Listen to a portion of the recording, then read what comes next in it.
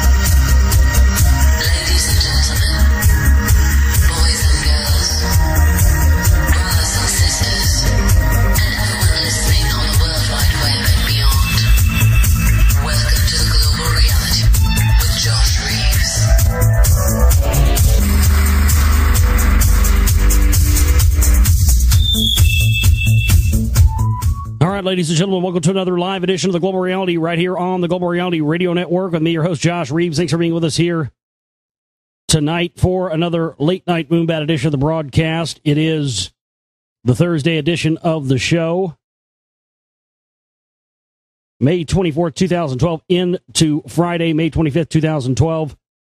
Thank you so much for being with us here tonight. We're going to be getting into some news for you here. Not a whole lot tonight. Again, while we're starting later. And we're going to also be continuing our series of reading the lost artifacts of ancient America, whatever it's called. Yeah, we're going to be continuing that. It's been good stuff so far. And that's been it's been the headspace I've been in working on this latest project. So it's been enjoyable to talk about that. But today was kind of a strange, it was a weird day today, I tell you. Today was like a microcosm of what life usually always is, which is, the highest of highs and the lowest of lows, peaks and valleys, And because I sort of started out the day thinking that this project was going to be off and that I wasn't going to be able to do it, and I pretty much was conceding defeat earlier in the day today. Strangely enough, it's weird because, we just hadn't got in the support that we needed, and we've only got a week left on our fundraiser and all that stuff. So I was kind of, I was just like, all right, it's not going to happen. I don't have a budget. I can't continue. And yesterday I had talked about getting contacted by Left Right Productions again, and I had heard from them about almost a year ago. And this project sort of never got off the ground until now. And so she was contacting back all the people they had contacted before to see if they were still interested in doing this. And so I told her that I was, talked to her today, and very nice lady, and somebody who's got a really good eye for talent. I'm not just saying that because she likes me, but it really, she's, it seems to have, apparently from what I've read, seems to have an eye for picking out, unique personalities in a lineup and stuff. So she said that they're contacting people about the show, and she said, that they wanted me to work in a variety of fashions, which I'm, absolutely okay with. That's really cool. She said that they want to have like multiple hosts, like a few different types of hosts, and then I guess those people would be sort of having commentary and maybe even debate over the different facts surrounding whatever case it is, or whatever homicide case it is, past or present, new or old, whatever it may be. And she even asked me if there was anybody I would be interested in having on as another host. She literally said, oh, excuse me, I haven't sneezed on air very much, but there was one time, woof, you just can't even avoid it.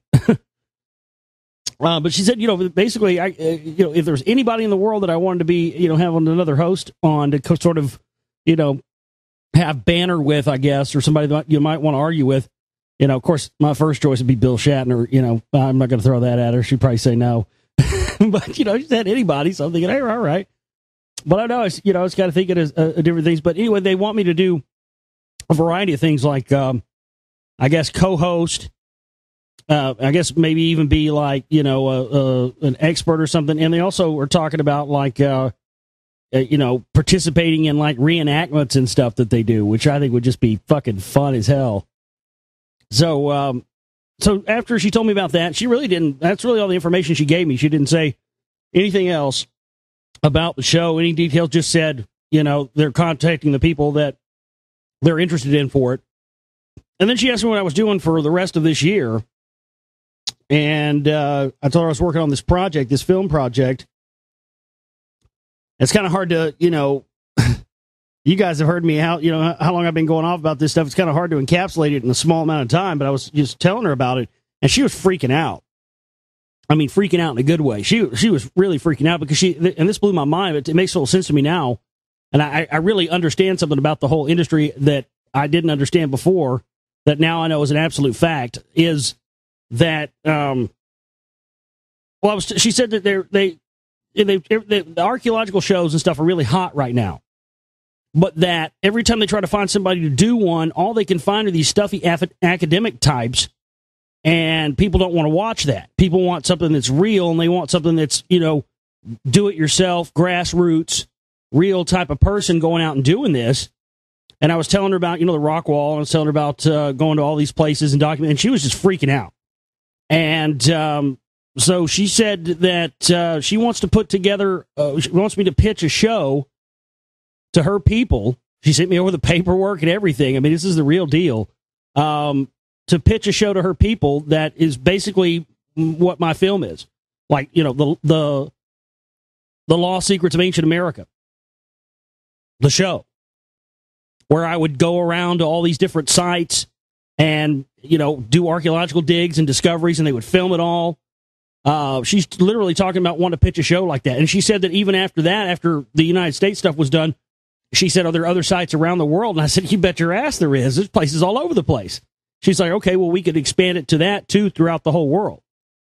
So they're talking about not only giving me this homicide show, but also possibly giving me my own show where I'll be able to go out and do all this stuff, and it'll be out. I mean, you got to understand, I went from starting my day thinking out that it was over to getting news that I'm going to be pitching a television show. I have the paperwork in hand. I mean, I never thought I'd be filling out a pitch, but she made it sound like it was, pretty much 100% assured. I mean, she did. I even said, is it going to be a problem? Some of this, stuff that that I get into, that, the powers that be don't really like that stuff. She said not to worry about that. So, but I've just got to be careful and not. I'm not going to give them everything I got. You know what I mean? I'm gonna pitch this show in a very, in a way where I get them interested. But anyway, she wants me to basically put together, like, I guess, kind of a promo reel, and that's what I'm going to do. I'm shifting gears to that. So I'm going to put together this promo reel. I guess take all the stuff I have so far and condense it into something that, because the crazy thing is I was already making this film to be like a TV show. I was going to be kind of making it like a TV show so that it would be, maybe easier for people who are used to seeing things presented in that way to take the information in. So I've already been coming at this film from that standpoint, because like I said before, people have been asked, you're going to get into the ancient alien thing and this, that, and the other. And as I've said before, you don't even really have to. I don't have to with this. But the information, all my research directly takes you to things that are, yes, talked about in Sumerian clay tablets. It's unbelievable. But this could be, to me, this sounds like this could be an opportunity to be able to use their resources to do, digs, go out and excavate some of these things that have been long buried. I mean, I know about places all over the place. Yeah, we can do America first, and we can move on to South America after that. And after we're done with that, we can move on to a whole bunch of other places around the whole world that they don't do TV shows about. Because I know where a bunch of them are. But you want to do it? You want me to do it? I'm there. Let's do this. Rock on. Fuck it. But I was just really blown away by that. I was not expecting, because I'd mentioned that last night, maybe down the road to get my foot in the door or something, maybe I can pitch an idea to him. And I didn't dream last night when I said that I would be pitching that today. But she seems very interested in basically, I mean, dude, I've got a ton of ideas. I mean, don't even give me that. They're acting like it's blank check. They're acting like, well, whatever you give us, we'll do. Let's do it. And I'm like, don't tell me that, because you better get a pen. I got a lot of shit in this brain, man. A lot of ideas. But my point is, my lesson I learned here from this, I already knew this was happening for years in the music industry, but it's gotten so bad it's permeated all industries now. But I've talked about this here on the show before.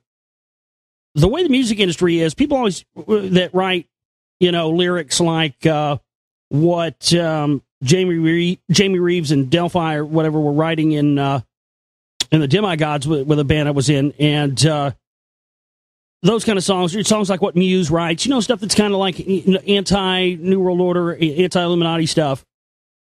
And people wonder, how those artists can be on big major labels. And the fact of the matter is, they don't give two shits of a motherfucking rat's ass what you talk about as long as you sell. You can write songs about the record label owner's mother and how you sodomized her and dug her up and fucked her skull and then put her back in her bed. And I mean, you can write whatever you want, dude. You can call the fucking producer's wife a whore. They don't give a fuck if you sell. And so that kind of answers the question people that I've been asking for the past few years is, why are they allowing stuff like this stuff on Ancient Aliens to come out now? Why are they allowing this on TV? And the fact of the matter is, folks, they're hurting. They're hurting like everybody else is. And as she straight up told me today, people do not want a show with stuffy academic types on it. It won't sell, but archaeological shows and people going out and finding stuff does sell.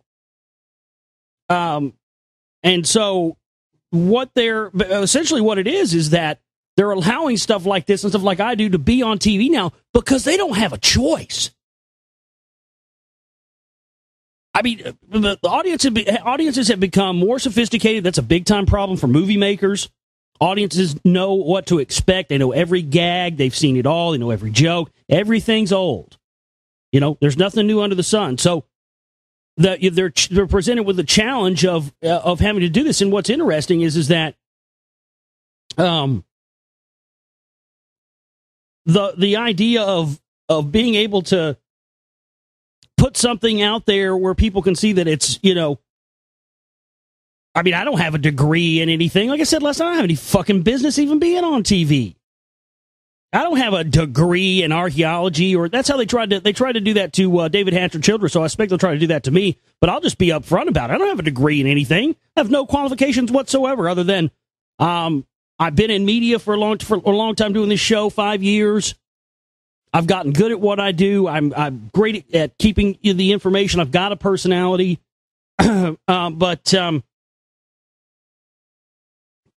But the thing about it is that with David Hatcher Childress, they tried to discredit him. Oh, he's, he calls himself an archaeologist, but he doesn't have an archaeological degree, So what that discredit? There's this, this stupid mindset that somehow you have to have a degree in archaeology or you don't know what the fuck you're talking about. Because when you have a degree in archaeology, the only way you get that degree is to regurgitate out of your left brain the shit that they have programmed into you. And there's no room for editing. So, my thing about this is that, this whole project, all the stuff that I've wanted to do and uncover, this may very well be it. If it's not, if it doesn't work out, well, so what? No love lost. But I don't know, man. The way she was talking, it was not sounding like this was she didn't put it, because I didn't ask to pitch this show. She asked me what I was working on. And when I told her what I was working on, she started freaking out, saying that would be perfect for a show. She's like, my God, that we need something like that. That'd be perfect for what we're looking for. We told, people don't want a stuffy academic type. They want a real guy, and a guy, somebody like you that's just doing this to do it because they feel it's the right thing to do. And that's to me the idea. I mean, if they want to do a show like that, that's fucking pretty rad. That's pretty fucking awesome, I would think. Because to me, you'd have an opportunity to inspire people to do it themselves. And if that's all I get out of this, man, that's good enough for me. I mean, that would be awesome. I mean, I don't know if that's going to be the case when it comes down to, shit changes. But that's the idea that you had for the show, is pitching it as, here's a guy who doesn't have a degree or whatever else, but look what he's finding. Look what he's dug up. Look at this. Look at the angle of this. You can do this too. It will inspire people on a lot of different levels. So that to me is like the main thing that I think is the best. And obviously, getting to actually, because I'm going to be doing this stuff anyway. I mean, it's really, is it any different that if, some listeners fund it, or if some TV network funds it? I mean, I don't care who funds it, as long as I get to do it and get the information out there and go and find the truth on my own. But the opportunity to be able to go around, just like we were talking about last night, the Madden Cruiser. Oh, it's on now. I'm definitely putting that in there. I'm definitely putting that in the script. It's going to be, I need the Madden Cruiser. Networks love that too, especially when they can recycle something. That's their favorite. Like they used to do in the old TV shows. They'd recycle the sets. And you ever see anything shit like that back in the day, the old TV shows? Yeah. You'd be watching like 8 is Enough. Not 8 is Enough. Facts of Life. You'd be watching Facts of Life, and somebody would come around the corner, and then you'd notice, you're like, wait a minute, that's fucking Jack Tripper's apartment. You guys didn't even change the set. Stuff like that.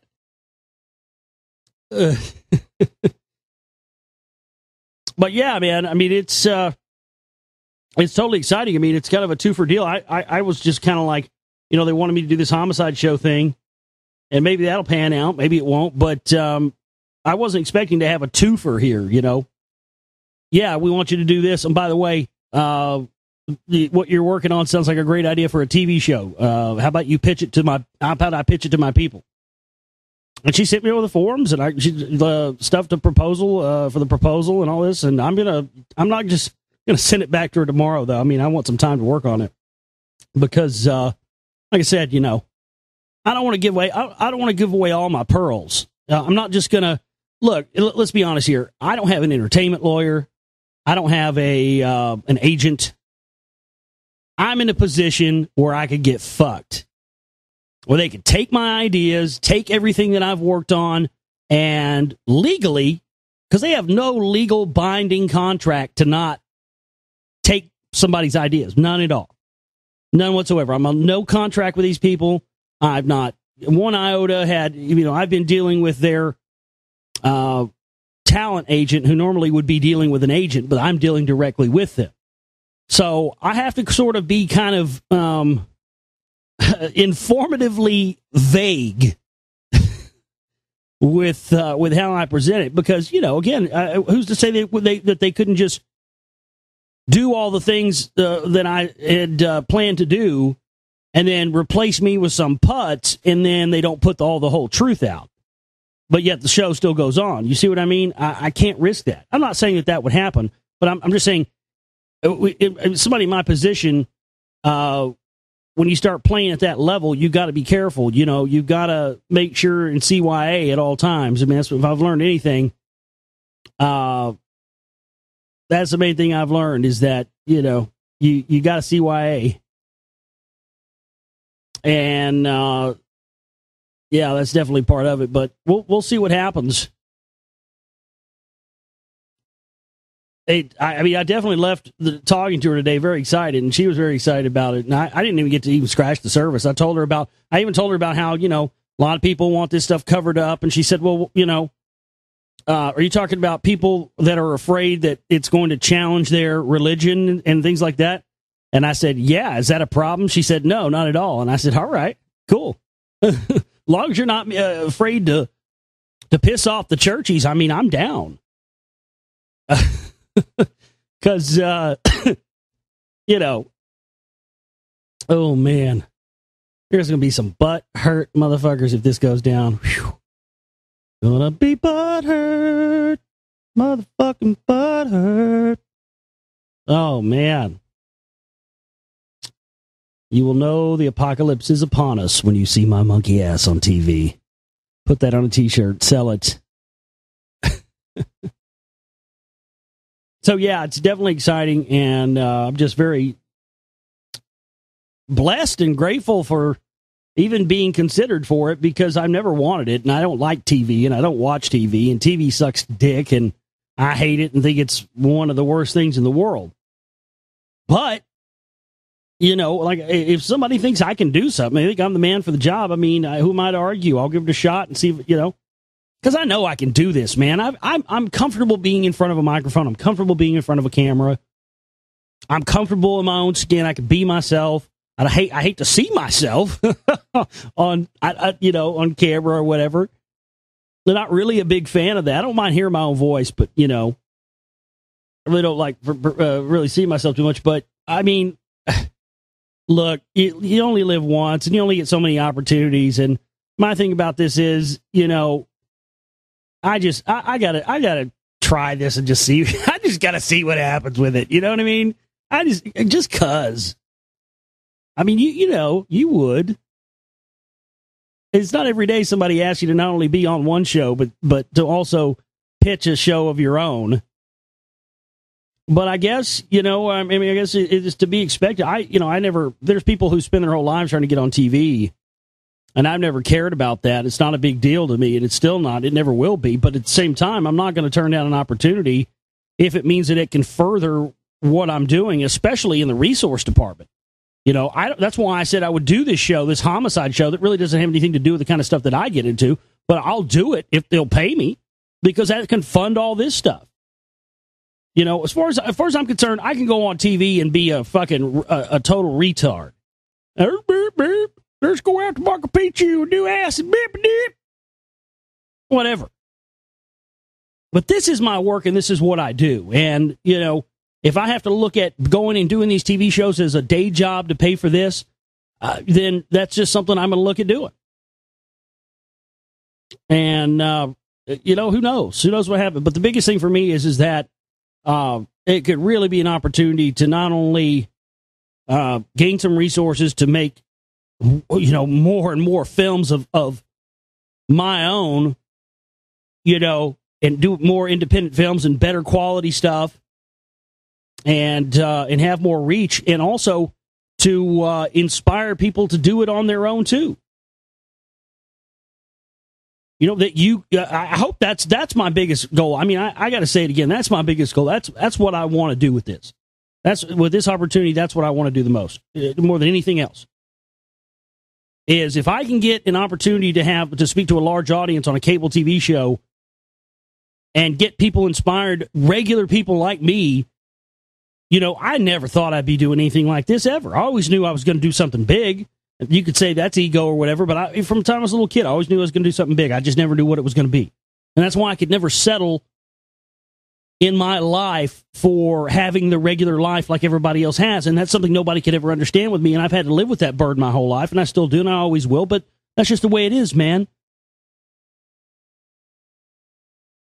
But you have to be willing to be considered a weirdo and to be, not a societal norm, and, why don't you have a regular job, and why don't you, why aren't you married and have kids? I mean, you have to understand that, that's the things that got me here are those things of living my whole life outside of what's considered normal, And I don't know how. I've always just known that instinctively that's what I had to do to be able to make it to the point in my life where something big was going to happen. And it is. And it has been. It's just been up and up and up since I've been doing this radio show. I mean, yeah, we struggle and we barely get by every month, paying the bills and everything else. But, we've made it, and we're here. We've been here for almost 5 years. And, I mean, we could really, really further the research, I think, and at least, fund a few more projects. Shit, I mean, if I go and do this once or one show and another show and it doesn't work out or whatever, hey, no love lost. You know, I'm still always going to do this no matter what happens. You know, but the fact of the matter is, I mean, this morning I was just like, it's over. The film's over. We're not going to be able to fund it or do anything. We still need your help with that. One person did donate. Thank you for that to that person. But yeah, it's just a thing where I don't know. I can't explain it. How does that happen? I just was saying, you know, I'm done. I'm at a standstill. I can't go any further. No budget, no money to work, you know. And then boom, I finally get a hold of her and talk to her, and she lays that on me. So I've got to shift towards making this look at this promo reel thing. I mean, they're going to eat this shit up like catfish, man. I'm telling you what. Because, you know, the first thing that a bunch of people I know said to me when the show Ancient Aliens first came on was, you know, why aren't you on that show? You should be on that show. These guys are like stealing all your shit you were talking about like 3 years ago. And I was like, well, they won't let me on that show because I'm not a big enough putz. That's the first thing. Watch, I say that now, no, they'll be calling me. Only if I get to touch to Apocalypse's fucking hair. That's all I want. No. But, you know, that's the thing. I mean, they put... these people they get on these shows sometimes, it's just like, where the fuck did you find this guy? I'm sure people are already going to be saying that about me, but, man... it's just ridiculous sometimes. They'll bring out these people on these shows and they'll be talking about, like, you know, extraterrestrials on Anunnaki, and it'll be like, you know, underground, something researcher, and it'll always be somebody you've never fucking heard of in a million years. You go look them up, and there's, like, no archive shows on them or anything. You know, some of these people just appear out of nowhere sometimes.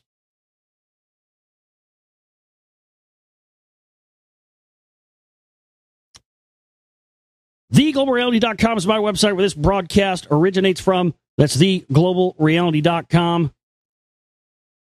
You can also send emails anytime, globalrealityshow@gmail.com. That's globalrealityshow@gmail.com. And that's where you can, I love to have emails anytime. I mean, you can send me over anything. If you have questions during the show, you have comments, you have something you want me to, you know, get my opinion about, get my take on, ask me a question. Hey, I'm open, you know. There's got to be something.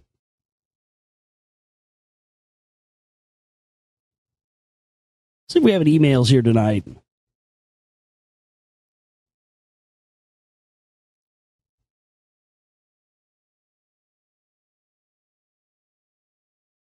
No, I don't think we do. But I did get an email from Nick Spiro, and he sent this article.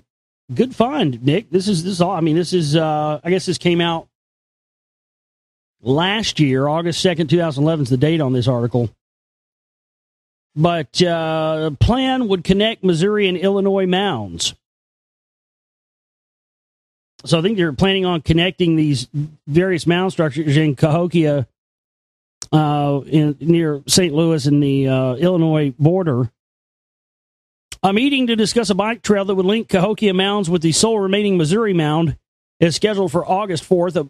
A bike trail on existing roads, a separate bike path, and a creation of an auto tour are all among options. Well, it'd be interesting, Nick, if you could find out if this was approved and went through or whatever. Interesting that they'd want to reconnect those. Because, you got to think about it. Back when those were constructed, there were no borders. That's why the... I can't tell you that yet. Never mind.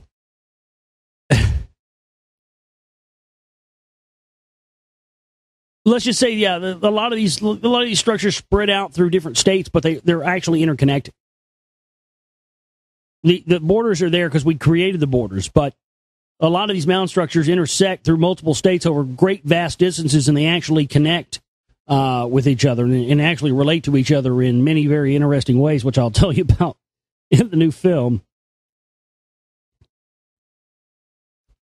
So thanks for that article there, Nick. Be cool to find out if that actually went through. let's get into the news tonight. We don't have a lot. Won't take us long to get through all this, and we'll get on to our reading here. Groups concerned over arming of domestic drones. With the use of domestic drones increasing, concern has not just come up over privacy issues, but also over the potential use of lethal force by unmanned aircraft. Drones have been used overseas to target and kill high-level terror leaders and are also being used along the U.S.-Mexico border in the battle against illegal immigration. But now these drones are starting to be used domestically at an increasing rate. The Federal Aviation Administration has allowed several police departments to use drones across the U.S. They are controlled from a remote location and use infrared sensors and high-resolution cameras. Chief Deputy Randy McDaniel of the Montgomery County Sheriff's Office in Texas told the Daily that his department is considering using rubber bullets and tear gas on its drone. Yeah, always goddamn Texas first. Boy, if it's oppressive in nature, we do it down here first. I mean, I remember in the late 90s when we first started getting in the traffic cameras down here. We had them down here in Texas before anybody. This is back when W was governor. And I remember telling people then, hey, this is Brave New World, straight the fuck up. We're here. This is straight up Brave New World. And people are like, oh, this is Big Brother. Oh, it's not Big Brother. Beep. Yeah. Now, people don't really say that much anymore. They're quite aware of what it is now. Those are things that law enforcement utilizes day in and day out, and in certain situations it might be advantageous to have this type of system on an unmanned aerial vehicle. McDaniel said, told the Daily, the use of potential force from drones has raised the ire of the American Civil Liberties Union. Well, it's the big concern for me is not is really who when you can't see somebody, the person who's controlling these things, and you don't know who it is. You don't know what that intent of that person is going to be. And they have created this because of that that natural, that we find it very hard for it to kill another human being. And you sort of take away the personality when it's, when you just got somebody behind a desk. They don't feel it's real. There's a disconnect. It's like becomes like a video game to them. And that's what scares me the most. And the idea of these being controlled by massive artificial intelligence supercomputers, don't like the idea of that. Because all these systems run on computer systems. They can be hijacked by anybody if somebody knows what they're doing. And I just, I've seen too many movies, man. Again, like I said the other night, Chopping Mall. That's all I got to say. 2 words, Chopping Mall.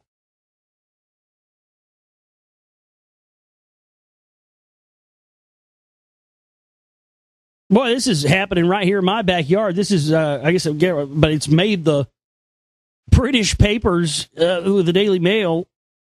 But there's one right down the street from my house. I remember a few years ago they had a big deal because they let people pay in pesos, but Pizza Patron is back in the news. If you ever need to get a lot of pizza really cheap and you're not really concerned with, quality, it's great. I mean, you can go there and get like fucking 5 pizzas for like $20.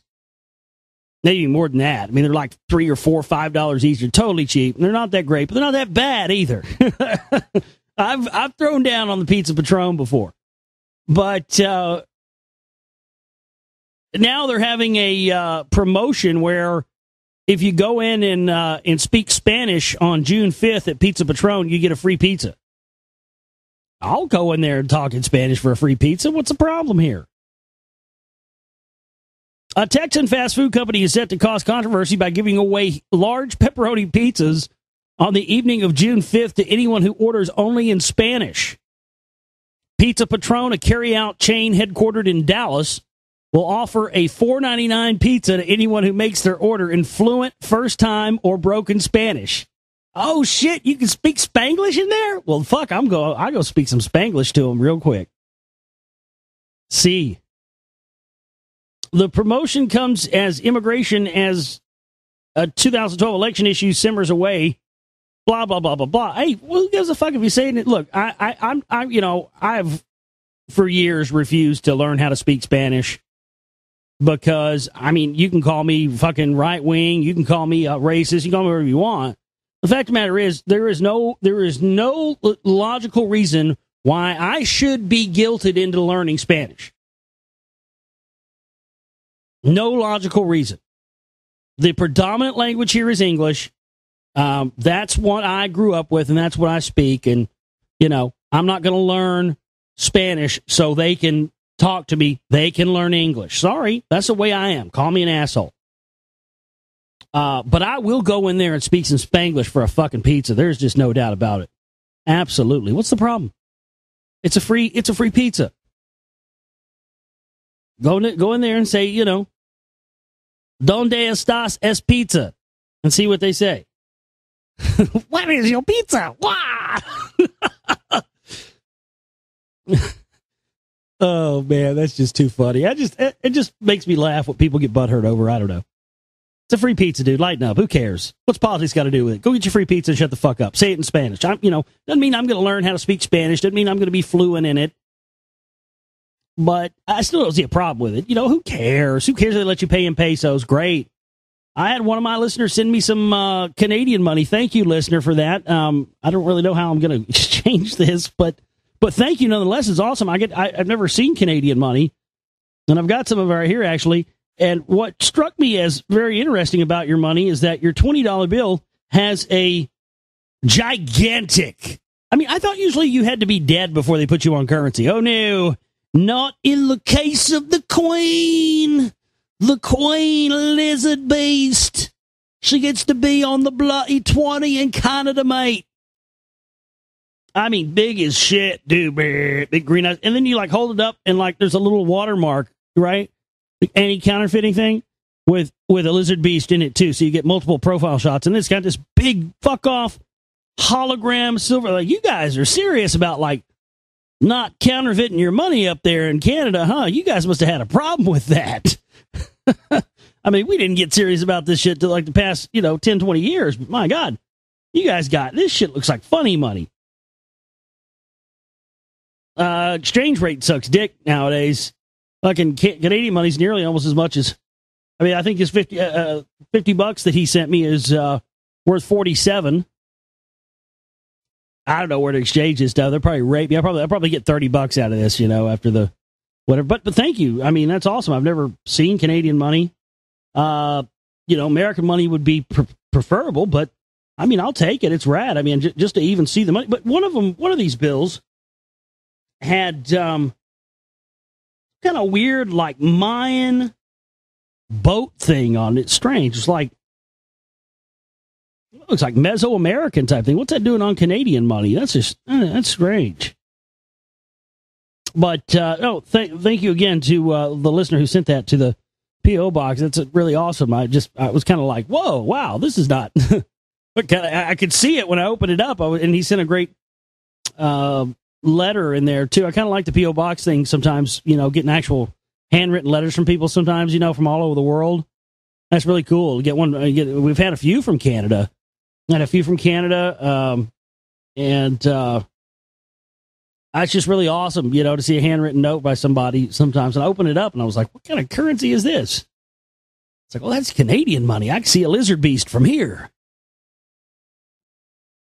Woman, 25 years old, arrested for chopping off the head of her 3-year-old nephew on the orders of a witchcraft guru.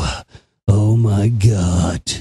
It's the goddamn witchcraft gurus again. They're chopping people's heads off. Coming this summer, starring Tom Hanks. The head chopper witchcraft guru. This time, it's personal. A trainee which has admitted beheading her 3-year-old nephew on the orders of a dark arts teacher in Nepal. The 25-year-old was allegedly told her skills would only be complete after sacrificing her nephew and eldest son. Police in Nepal arrested the suspect in the town of Samanpur, south of the country's capital of Kathmandu, and charged her with sacrificing a child. Wow, they actually have a law there. You didn't just, here it's just, you sacrifice somebody, they just call it murder, But there, they actually have a charge for sacrificing something. That's fucking rad. There should be a distinction, though, don't you think? I mean, that brings up the whole moral issue of, if you murder somebody, well, that's, you get the fucking chair, right? But if you murder somebody in a sacrifice, well, then that whole right to engage in whatever religion you want to engage in comes up. And it's a constitutional issue. So here in the United States, they just decided to make it all across the board murder. You got your capital murder, you got your manslaughter, you got your involuntary manslaughter. But to avoid any, that constitutional loophole there, because that's what would happen in this country. It'd be, okay, two separate penalties. Because, hey, yes, they killed somebody, but they killed somebody practicing the religion they wanted to practice, and it was a sacrifice. So, they should get a lesser penalty since it was a religious thing. Boy, there'd be motherfuckers getting sacrificed all over the place. Holy shit. Could you imagine? Oh, my God, man. It would be a fucking nightmare. People would be getting sacrificed all over the place in the United States for years and years and years up to this point. Who stand before the trial guilty of murder? I didn't murder anybody. That's my religion. It's my right. I sacrificed him on a cross, set him on fire for Jesus. It's my religion. It's my right. Don't try to take my constitutional right. Don't take my guns away. Pry from my cold, dead fingers. I'll be all over the place. Like, man, I'm tired of this bitch. Goddamn nagging at me all the fucking time. On my ass to bring home fucking bread. Jesus. Tired of this bitch's shit. Damn. Hey, honey, I'm thinking about doing a little sacrifice in the backyard. You want to join me? Yeah, I'll see you back there in a minute. No, I'm just going to go back in and get the hammer. I mean, my drink. No, not the hammer. I'll be back there in a minute. Hold on. So, wow. In Nepal, they actually have a designation for sacrificing someone. It's a different penalty than just straight up murder. I did not know that. That's interesting.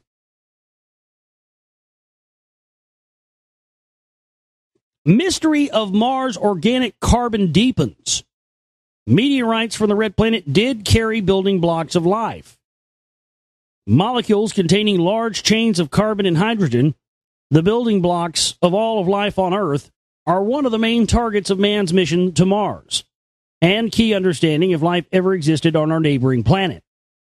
These molecules have previously been found in meteorites from Mars, but scientists have disagreed on where they came from. A new paper led by Carnegie's Andrew Steele provides strong evidence that this carbon did originate on Mars, although it does not seem to be biological in itself. These findings give researchers insight into the chemical processes taking place on Mars and will help aid future quests for evidence for ancient or modern Martian life. And as I've stated before, with cataclysms and everything that struck Mars, there'd be no reason, we're looking at the surface from telescopes. There's no reason to think that whatever was on Mars in the past is now buried underground and you'd have to excavate archaeologically just like you would anything here on Earth. It's just going to be buried by the sands of time, literally. But I still think, we have these Mars articles we cover every now and again, and there definitely is an agenda for Mars, and there definitely is some wider thing they're going to come out with later. I really don't know what yet. I mean, it's still highly interesting to me that, you've got the area on Mars where these pyramids are, and that area is called Cydonia, and it's on the 33rd degree parallel. And then that same area in the Middle East, the cradle of civilization, Mesopotamia, also on the 33rd degree parallel, was originally called Cydonia. But we're just told that's a coincidence. Yeah, that's a coincidence. Okay. All right. Mammoth bone flute proves that German cavemen played music in 40 40,000 BC. Here we go. Pushing it farther and farther and back, aren't they, ladies and gentlemen? Don't be scared. These motherfuckers getting scared now. They're pushing this shit back farther. Oh, yeah, 40,000 years, 40,000 BC, 50,000 BC, 60,000 BC, 80,000 BC. Can I hear 90? Can I hear 90? Can I hear 90? Can I hear 100? Can I hear 100? 100 BC, 100 BC, 100,000 BC. Sold. I mean, they're just pushing it farther and farther back. It's like, Jesus, where were you 2 months ago? 2 months ago, that shit was still 10,000 years old. Now that I've been getting up here flapping my jaws about, ancient pre-Hebrew Semites being in the United States 50,000 years ago, like, oh, wait, put your back. Music was flourishing in Europe in 40,000 BC, millennia before Beethoven or the Beatles.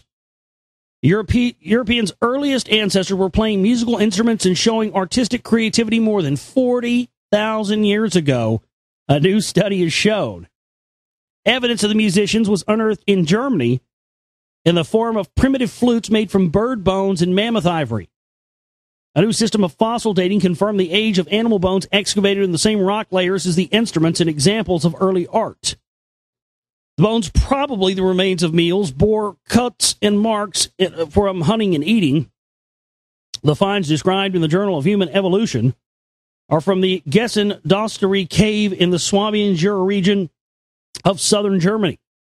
They show the Argonasian culture, a way of living linked with early modern humans, existed at that site between 42,000 and 50,000 years, or 42,000 and 43,000 years ago. Now that's interesting.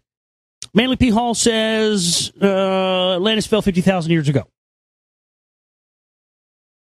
The DNA evidence extracted from Cherokees says that their ancestry goes back to one European ancestor that came from, fucking Galilee and Israel 50,000 years ago. There was a science article. You can Google this and find it out. Type imagination 50,000 years ago and see what comes up. Because there was an article that came out a couple of years ago that I have that says right at 50,000 years ago was when we started to have imagination for the first time. So I keep coming around that date, 40-something thousand, 50-something thousand years ago in a lot of different places.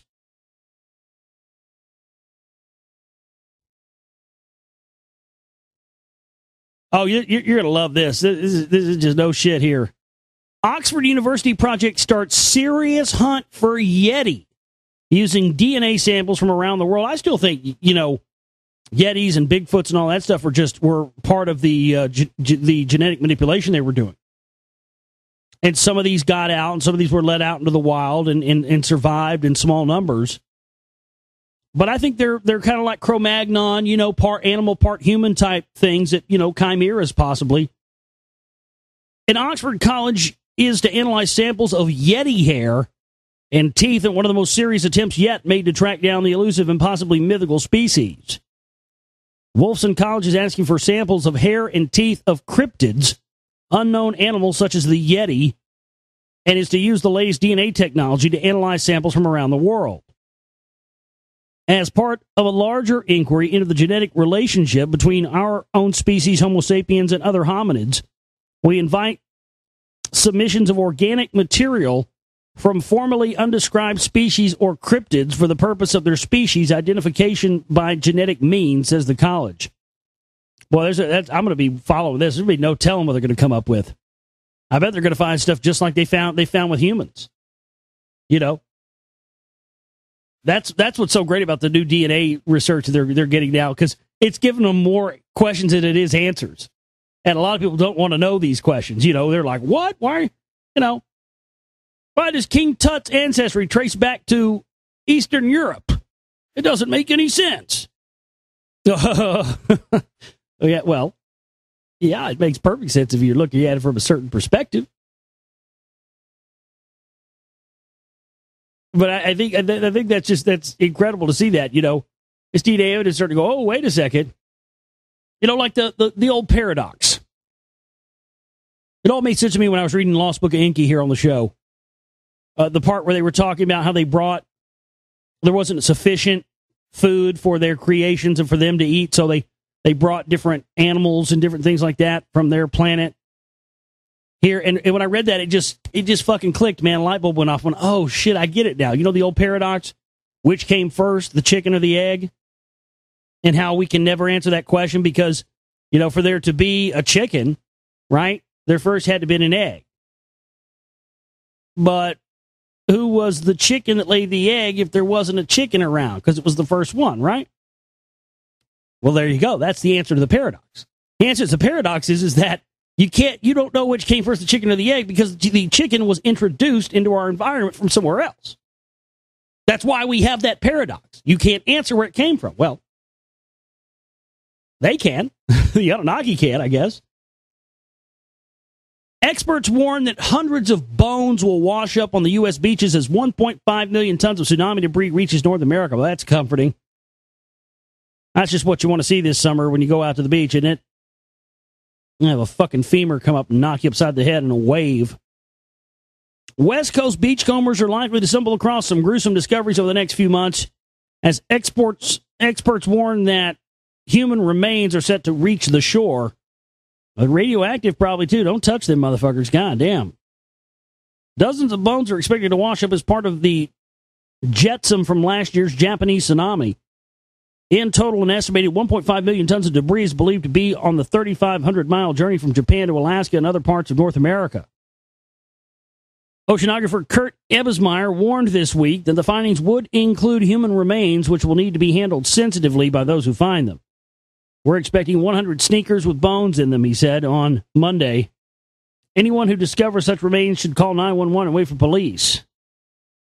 Don't take them home and make necklaces out of them. I didn't say that, but I added that. But still, you know, was that band with the fucking lead singer blew his head off? The guys made necklaces out of his skull and shit. Jesus.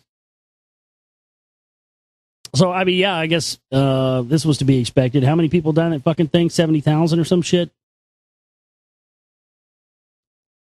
Panic spreads across Georgia as fourth victim of flesh-eating bacteria has leg amputated. Yeah, somebody dropped a bioweapon in Georgia. A fourth victim of flesh-eating bacteria in Georgia has lost his leg when doctors were forced to amputate it 3 weeks after he received a cut in the water. People are getting cut, random little cuts of nothing, and they're getting flesh-eating disease, and it's destroying and ravaging their bodies, and they're having to have fucking parts removed. This fits the bill for an intentional bioweapons release, and it wouldn't surprise me. I mean, stuff just didn't come out of the blue like this and be this widespread and not be a bioweapon. From Lyme disease, which one of our listeners contacted us, said he had and was diagnosed with and has been fighting, and said that the show's really been an inspiration for him and helped him get through fighting that Lyme disease. It's just awesome. We wish him the best.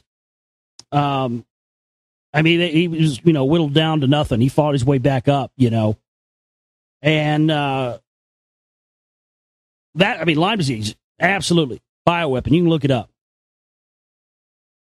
And there's many of them, and that's what this sounds like here. The latest outbreak of the infection has left neighbors terrified to go in Lake Sinclair, afraid they'll come down with a rare and serious disease. I suspect this probably is also a direct result of the chaff chemtrail spraying. I mean, that stuff, it's that white filament powder, man. They sprayed up there at 30,000, 40,000, 50,000 feet. It falls through the atmosphere and the layer up there with all of the crud and bacteria in it. It falls down to the ground. It goes in lakes. It goes in fish.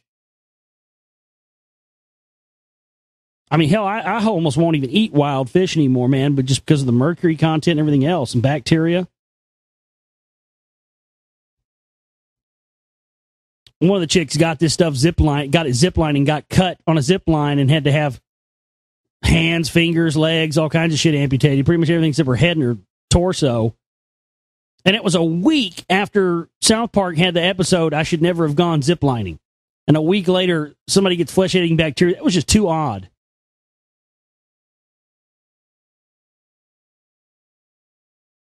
Undercover U.S. agents brought down our new superjet. Russia's extraordinary claim about crash which killed 45. Uh-oh. Spy sources in Moscow today made the astonishing claim that a U.S. undercover operation may have sabotaged a new Russian superjet plane that crashed in Indonesia 2 weeks ago. The aircraft was on a demonstration flight amid lucrative orders when it slammed into a mountain, killing all 45 passengers and crew. We are investigating the theory that it was industrial sabotage, a GRU military intelligence source said. The extraordinary Cold War-style claim echoes high-level allegations in Moscow that the U.S. used powerful lasers to zap a Russian Mars probe 7 months ago. Other satellite launches that there have been half a dozen failures in the last 18 months might have been the work of U.S. sabotage, raising the specter of sustained campaign against its technology by American Secret Service. A headline to a story in Russia's biggest newspaper today read, "Are the Americans implicated in the superjet crash?" Now, they're ramping it up now, aren't they? Sounds like a provocateur situation to get the Russians pissed off at us so that, we can get some shit started. They're trying to they're just trying to get some shit going, aren't they? Every turn, they're just trying to kick up dirt where they didn't need to be kicked up. Every time. Get a drink real quick.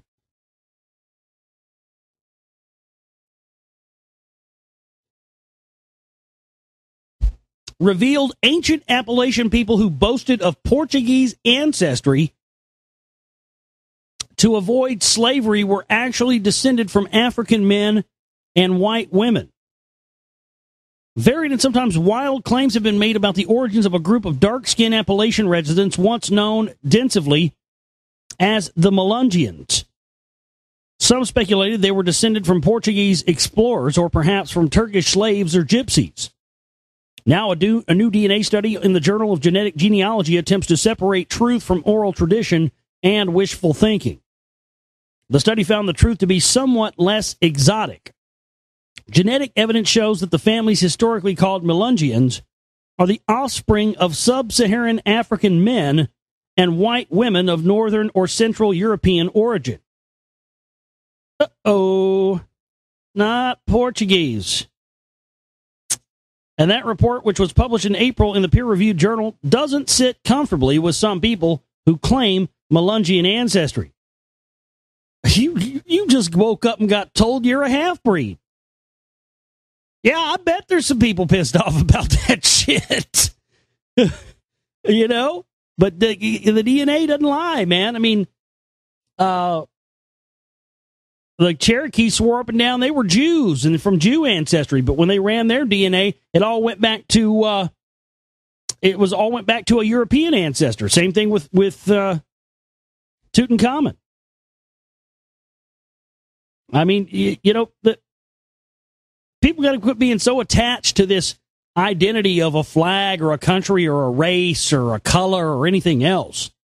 I mean, folks, this DNA evidence should show you that we just don't have and haven't had all of the facts up to this point to be so, divided and so militaristic about color and race and genetics and background and origin and where somebody's from. I mean, we just don't know all the answers. But people have this pride about their race or this pride about their tribe or, whatever have you. And boy, they don't like it when the DNA evidence crushes that, because in a way, to them, it crushes their identity. So it also makes you wonder if that's another element in all this. In recent decades, interest in the origins of the Melungeons has risen dramatically, and advances both in DNA research and in the advent of internet resources that allow individuals to trace their ancestry without digging through dusty archives. G. Reginald Daniel, a sociologist at the University of California, Santa Barbara, who spent more than 30 years examining multiracial people in the U.S. and wasn't part of this research, said the study is more evidence that race mixing in the U.S. isn't a new phenomenon. Oh, man. Yeah, that's going to piss off some of these KKK motherfuckers, when they find out they got the ancient black man in them, oh, they're not going to be happy about that at all. That's just going to be too damn funny. Well, we're going to leave it there with the news for tonight. I thank everybody for being here with us tonight. We're going to take a break and come back and get into our series of reading for you here tonight. TheGlobalReality.com is my website. Please support our work there. Next week is our fundraising week, and we have to reach our goal by Thursday, no later than Thursday. So please help us out there. You want to support this project so I can, get this pitch and get this thing cut together so I can hopefully get this idea on TV. Please support us so we can get that going too. That's really what I need to support more than anything. To be able to get this done, not the whole film done, but at least get this promo reel done. Because this is looking like this is going to happen, man. TheGlobalReality.com is our website. So please support us there if you can. P.O. Box if you absolutely can't use PayPal. And we will take a break, come back, and get into more. Stay with us. Back here with you on the Global Reality, right here on the Global Reality Radio Network. I'm your host, Josh Reeves. Thanks for staying up with us for another late night Moonbat edition of the broadcast. We appreciate it so much, and thank you to everybody out there listening on YouTube or an archive show later on during your day. Hope that you're enjoying the show. TheGlobalReality.com is my website, and please go there and support our work. Thanks to everybody who has and continues to do so. If we could get another $200 in here this week, we would be good to go until our fundraising show next week. So bear that in mind and go to TheGlobalReality.com and help out. Any amount, small or large, is always helpful. Doesn't matter. I've only got mad at one person for donating a small amount only one time, and it was because they donated 50 cents, which I got 35 cents of after fees. Then they came in the chat room and berated me for not talking to them. So I refunded their fucking 50 cents and said, you know what? Keep it and consider that my donation to you to fuck off. I mean, look, I understand times are hard. You can only donate $10 or $20 or something, whatever. That's fine. But come on. People that donate hundreds don't come and scream at me and say, you're going to talk to me right now because I donated to you. But that's what this person did, and not telling people when they were yelling at me that they donated 50 cents. You know what I mean? So somebody sees that. That's how you know that kind of shit's in operation. Somebody sees that and thinks, he won't talk to this person even though they donated. He's an asshole. Well, yeah, that person didn't offer up the information. They donated 50 cents. Give me a fucking break. She was an Aussie broad, too. No wonder you Aussie guys are always looking for women outside of fucking Australia. Jesus. I heard they like American dudes, though. Chapter 7, Lost Worlds of Ancient America.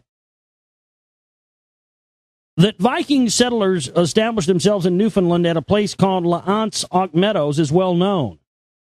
But further evidence of the Norse and other foreigners in prehistoric Canada is far less acknowledged despite some intriguing evidence. Well, shit. Canada, nothing. United States, too.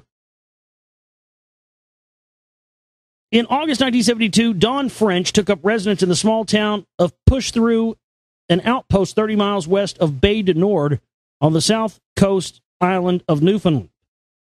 While there, she heard strange tales of the legendary Stone Cross, a structure supposedly venerated by local Micmac Indians for centuries before the arrival of modern European immigrants. No one had actually seen it, and its whereabouts were unknown. Curious to learn more, French studied native traditions, which described a sacred precinct, lonely and barren, where people in need of healing would find a large, unusually shaped cross spread out on the ground. It was the site of supposedly miraculous cures, but over time, with the advent of modern medicine, the place was abandoned to myth. The Micmacs are an interesting people. Their name means allies, a reference to the confederacy of clans they formed and led, thus becoming the largest and most important native tribe in Canada's eastern maritime provinces. A seasonally nomadic people, the Micmacs' Algonquin dialect differs greatly from that of their neighbors and has some suggestion of Scandinavian cognates.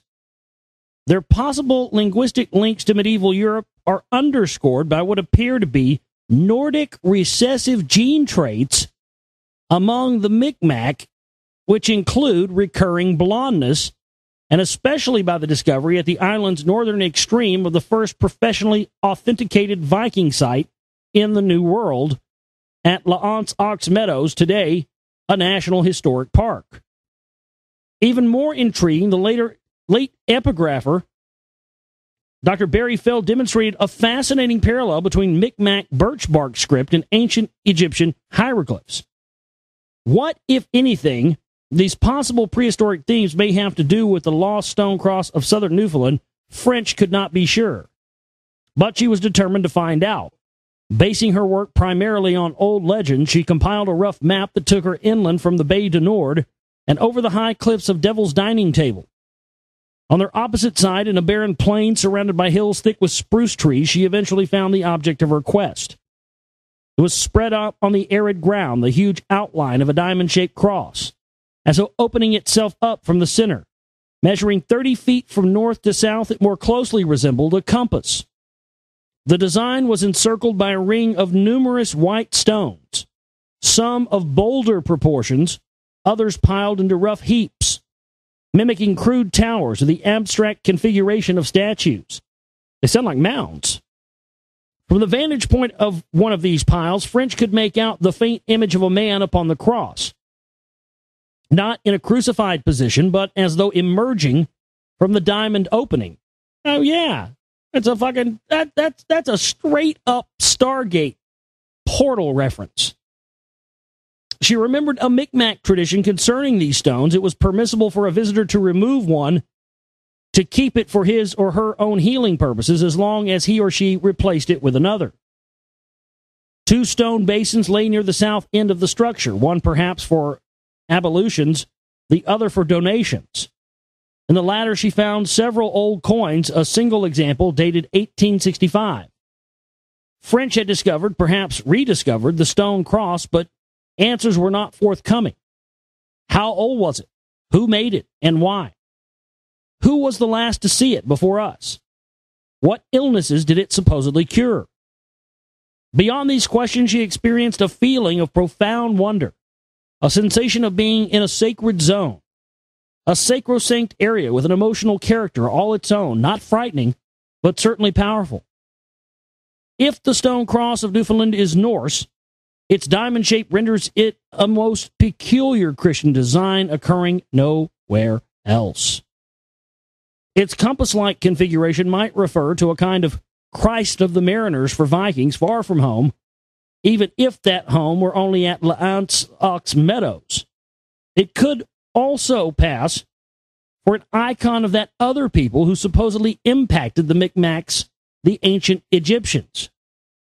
For them, Osar, better known by his Greek name Osiris, the man-god of resurrection, was a proto-Christian concept associated with the cross of the 4 cardinal directions. Despite the presence of a male figure, the Newfoundland cross is not a crucifix.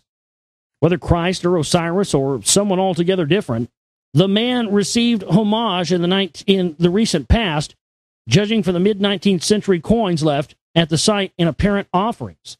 But Micmac traditions indicate a prehistoric origin for the design. It is among the most baffling of all sacred centers, offering determined investigators far too clues for constructing even the most tenuous explanation. However, Newfoundland's stone cross is not the only object of its kind discovered in Canada. During 1964, archaeologist Thomas E. Lee was scouting near an excavation underway near the village of Imaha in northern Quebec, when he found a tall, curious monument on the desolate north bank of the Payne estuary. Yeah, you Canadians, listeners out there, y'all need to be paying attention to this chapter. Might want to go back and review this again, write stuff down. 15 miles north of the village of Payne Bay, near the west coast of Ungava Bay, the 2-ton stone structure stands 8 feet high and measures 4.5 feet across at its pointed lintel, surmounted by a 14-inch high capstone. While the pillar was a surprise to Lee and his colleagues, he later learned from native Inuit that they had known of its existence for generations. Yet they laid no claim to it, insisting that the strange object was already standing long before the first of their ancestors arrived in that area. Moreover, the Inuit never worked in stone on such a large scale. Lee was struck by its roughly Nordic design and dubbed it the Hammer of Thor, possibly a direction indicator. It appears to point toward the remains of a rectangular stone structure 80 feet long and 30 feet across not far away. Slanting walls, half buried in the hard ground, resemble a Viking longhouse from the 10th or 11th century. Greenland is not very far from this point in Quebec, so Norse visitors 1,000 years ago could have sailed the distance in their sturdy dragon ships and left a memorial to their arrival. Lee's characterization of the Ungava Bay object as a Hammer of Thor does not seem inappropriate. Similar stone structures appeared throughout Viking Age Scandinavia. The Temple of Thor in Sweden dates before 1125 AD. We know that Nordic seafarers voyaged at least as far as Newfoundland, and that they certainly did not lack ships to bring them to Quebec from relatively nearby Greenland. Thor's hammer was the most commonly reproduced religious object of the period. Known as the Molineer, it was envisioned as the lightning as it flew from the storm god's hand.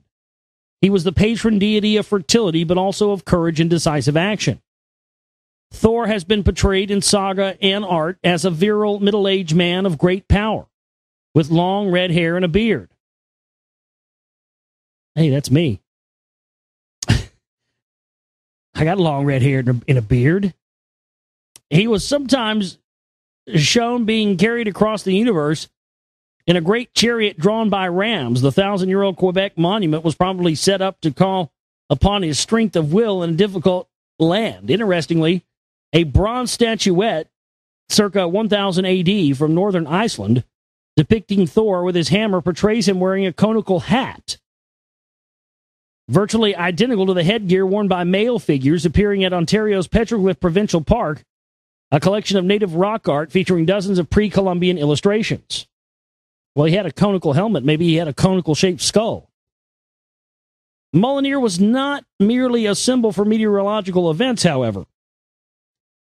The gods of Valhalla proclaimed it the single most valuable object they possessed, and its likeness appears to have been reproduced by Norse shamans for hallowing marriage rites, to bless the recently departed souls of the dead at funerals, and to consecrate newborns into the community. Molineer's image was inscribed on a Swedish tombstone at Stinkvista. It thus resembles a higher symbol of the birth-death duality, not unlike the sacred double-headed axe of the Bronze Age, particularly as realized in Minoan, Crete. In a particularly revealing myth of Thor and his hammer, he restores the dead to life through the potency of its magic. As Davidson writes, it would seem indeed as though the power of the thunder god, symbolized by his hammer, extended over all that had to do with the well-being of the community. It covered birth, marriage and death, burial and cremation ceremonies, weapons and feasting, traveling, land-taking, and the making of oaths between men. The famous weapon of Thor was not only the symbol of the destructive power of the storm and of fire from heaven, but also a protection against the forces of evil and violence. Canada's ancient mysteries predate the arrival of Vikings 1,000 years ago. More accessible than either the stone cross or Thor's hammer, Serpent Mound's Provincial Park is located south of Highway 7 near the town of Keene, Ontario. You guys have a Serpent Mound in Canada, too? Why the fuck did I not know that? Listen, Canadian listeners, I know there's a bunch of you out there. I get emails from you all the time and have for years. And I've been getting emails from people in Canada saying, hey, what can we do? Is there anything we can film up here? Well, here you go, Canada. You better pay close attention to this show tonight. My goodness, you guys have Serpent Mound's Provincial Park, located south of Highway 7 in the town of Keene, Ontario. Hey, here you go. I did not know that. It's weird, wild stuff. I did not know that. I didn't know that. Wow. Visitors may admire the 194-foot-long effigy of a prehistoric snake. Please, I'm begging you, somebody go out and give me some footage of this.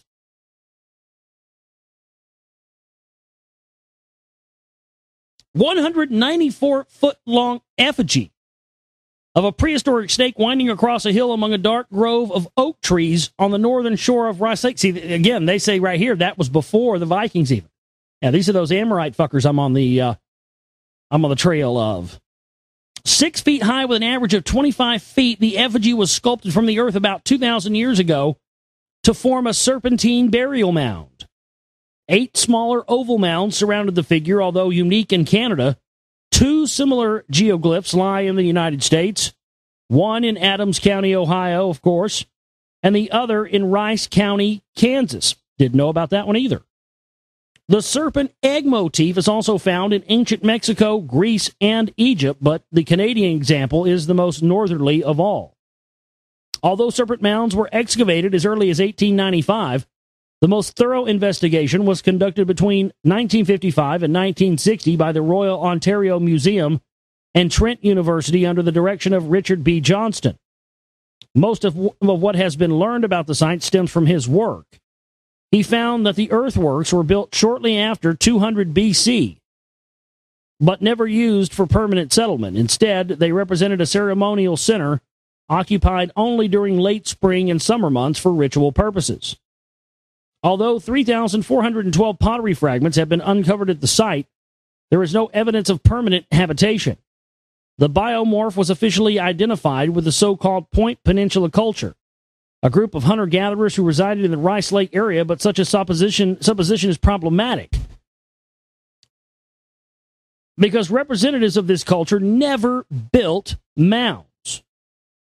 As Minister of Ontario's Natural Resources, Vincent G. Carriot, explained, these mound builders were not a typical band of Point Peninsula peoples. Skull features in particular show the mound builders to represent a different stock. Different, yet related to their presumed descendants, the Ontario Iroquois. Also, unlike the Point Peninsula residents, the builders of serpent mounds were metalsmiths working in silver and copper. There you go. There they are. There's my boys. And their distinctive pottery, wholly superior to anything that came before, shares the same zigzag pattern found in the great ceremonial site of Aslan in southern Wisconsin, 3 miles east of Rock Lake. There are other links to Aslan: ritually broken clamshells, turtle carcasses, and dogs, all funerary elements typical of Aslaners, were found at Serpent Mounds. It seems clear that the builders of the Serpent Mounds were not native to Ontario, but came from the South. Here we go.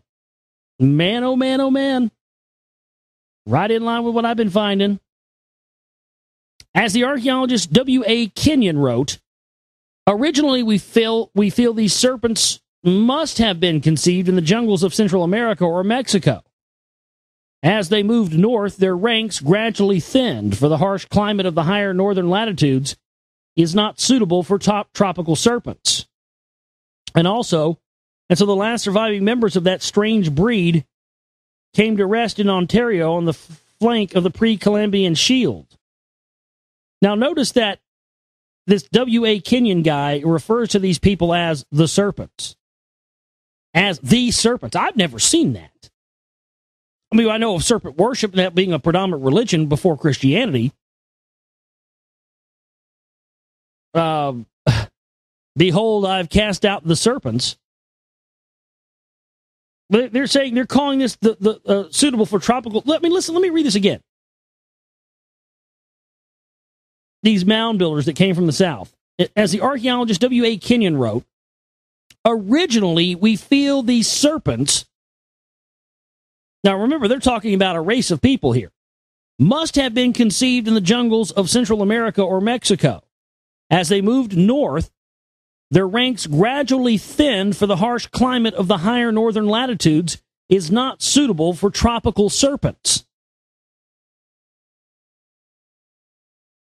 They're literally calling these people serpents like they're snakes. That's fucking weird. Never have I ever seen anything referenced like that before. Let me get a pen, write this down, or type it in your search engine. W.A. Kenyon, Kenyon. W as in Walter, A as in Apple, Kenyon.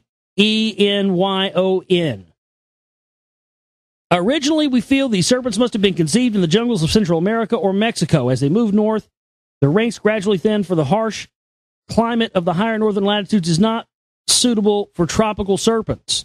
And so the last surviving member of that strange breed came to rest in Ontario, on the flank of the Precambrian Shield. Oh, my goodness. Were the builders of Serpent Mounds the Mayas, who came all the way from Yucatan for the high-grade copper they needed for the ceremonial cities far to the south? Nope. This is way before them. Or were they Aslan miners, who likewise raised a huge snake effigy at the shore of their sacred necropolis in Rock Lake? An ancient, eternal symbolism implicit in the altered landscape of Serpent Mounds survives. Though the site is certainly a place of the dead, it is also a temple of rebirth. Interred bodies were found in the flexed or fetal position, as though curled up in the womb, waiting to be born. The individual mounds resemble Earth Mother wombs, swollen with new life. Linked together to form a serpent, they reinforce the rebirth concept because of the snake's ability to slaw off its old skin for a new one. The numerical significance of the mounds is no less telling. 8 egg-shaped earthworks encircle the major figure. Whereas an egg theme underscores the principle of new life, 8 is traditionally associated with death. The 8 legs of a spider that kills to live. The 8 hours we sleep each night, and so forth. Here the two interact, and separate parts of the same forces for transitional change. Life, death, rebirth. Together, the effigies comprise 9 mounds. 9 stands for the female powers of rebirth, as exemplified in the 9 months of pregnancy.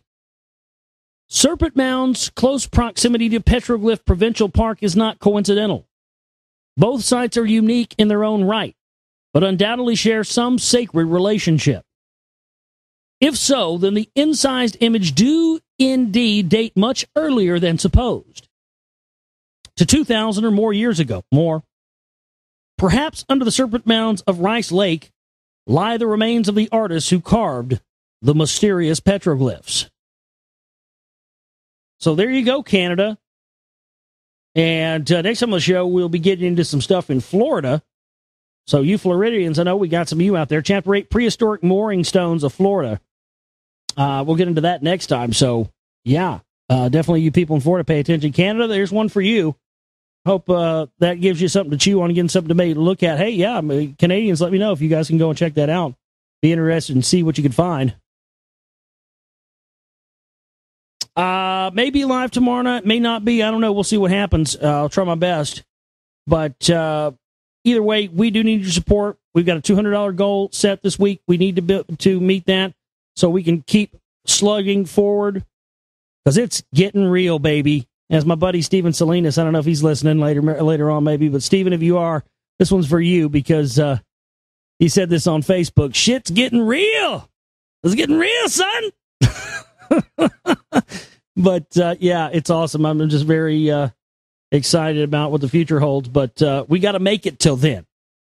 And I need your help to make it to then, because big things are in the works, folks. So please donate and support if you can, because it's happening. But I need your help to get there, and I can't make it there without you. TheGlobalReality.com is my website. My name is Josh Reeves, and I love each and every one of you, and we'll see you next time for the broadcast. You guys have yourself a great one. Take care.